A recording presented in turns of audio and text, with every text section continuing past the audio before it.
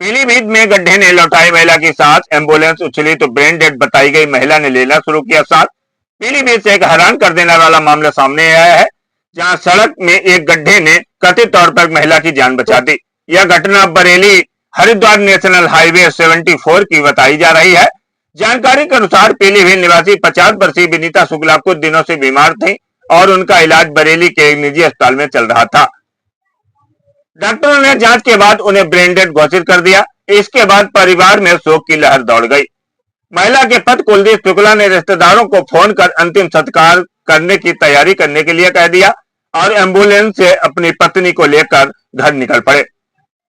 इस दौरान जब एम्बुलेंस हाफिजपुर के पास हाईवे पर पहुंची तो सड़क के एक बड़े गड्ढे में एम्बुलेंस उछल गई। झटके कारण स्ट्रेचर पर लेटी विनीता के शरीर में कुछ हलचल हुई और उन्होंने सांस लेना शुरू कर दिया। यह देखकर एम्बुलेंस में मौजूद लोग परिजन हैरान रह गए। तुरंत एम्बुलेंस को वापस अस्पताल ले जाया गया, जहां डॉक्टरों ने उन्हें फिर से उपचार करना शुरू कर दिया। इलाज के बाद उनकी हालत स्थिर बताई गई है और बाद में उन्हें घर भेज दिया गया है। यह घटना इलाके में चर्चा का विषय बनी हुई है।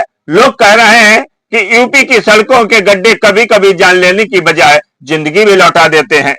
इनमें कुछ नहीं है, बीपी भी डाउन हो रहा, सांस भी नहीं आ रही है।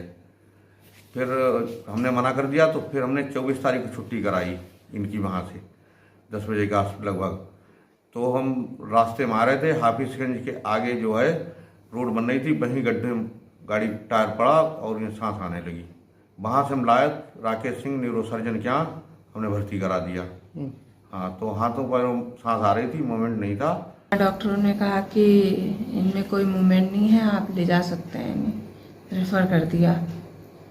मतलब कि 1 आध घंटे जो भी चल जाए बस। छत पे कोई इंसेक्ट ने काटा हो या सांप ने काटा हो, इसी आधार पे हमने एंटी स्नेक वेनोम का ट्रायल देने की कोशिश की। पेशेंट के रिलेटिव जो थे उनको भी बताया और जब हमने चालू किया एंटी स्नेक वेनोम तो उसके 24 घंटे के बाद से थोड़ा सा इम्प्रूवमेंट हुआ, क्योंकि पेशेंट जो बिल्कुल बेहोश हालत में थी और कोई भी मूवमेंट नहीं था, आंखों की पुतली भी फैली हुई थी, उनकी पुतलियां धीरे धीरे कम होने लगी और जो हाथ पैरों में थोड़ी सी मूवमेंट आने लगी। फिर हमने कंप्लीट डोज उनकी दी और उसको डोज देने के बाद से और थोड़ा इम्प्रूवमेंट होने लगा।